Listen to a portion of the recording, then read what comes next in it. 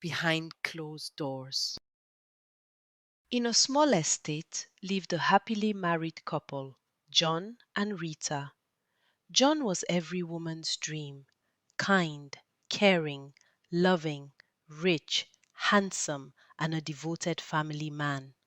He was the kind of man mothers advised their daughters to marry. People never failed to remind Rita how lucky she was to have found such a good man. How Rita wished all of that were true. Everything about John was a carefully built facade. Behind closed doors, he was the kind of man women prayed never to meet: a liar, a cheater, a manipulator, and worst of all, a woman beater.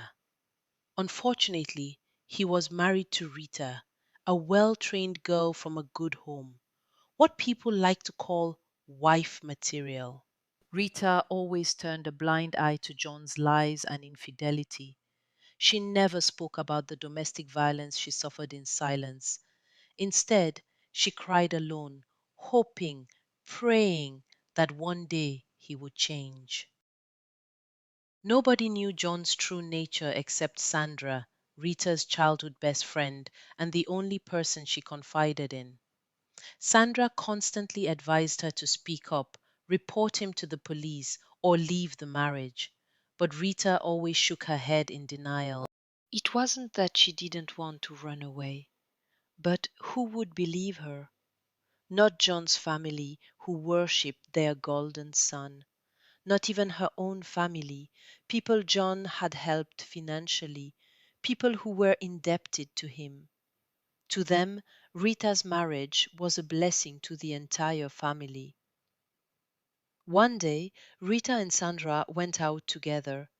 Sandra looked radiant in her outfit, while Rita wore clothes that covered the bruises on her body, dark sunglasses hiding her swollen eyes, making her look far older than her age. As they sat in a restaurant, Sandra spoke again. Rita, this man is dangerous. One day he will kill you, and nobody will even know the truth. Her words referred to the last incident, when John beat Rita nearly to death, leaving her in the hospital for over 2 months. John had told everyone she fell down the stairs. Please, Sandra, Rita whispered. I don't want to talk about him. Maybe he will change. Change? Sandra scoffed. People don't change, they only adjust. Divorce him. Thank God you don't even have a child with him. It will be easier to leave. If I leave, Rita said, tears gathering in her eyes, what will people say?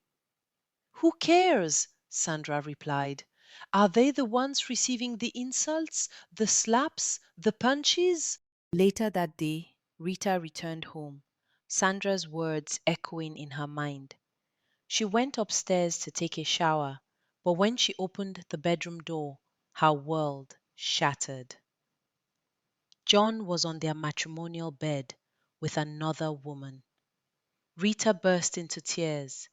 John had cheated many times, but he had never brought a woman into their home. This betrayal cut deeper than all the others. She ran out of the house crying and went straight to Sandra's place. After listening to everything, Sandra said firmly, Rita, he has crossed the line. It's time you leave. Rita nodded slowly. You're right. Tomorrow I'll pack my things and walk away for good. Sandra was overjoyed. You can stay here as long as you need, and Rita, when you go to pack, set up a hidden camera. A camera? Rita asked, confused. If he tries anything, we'll have evidence.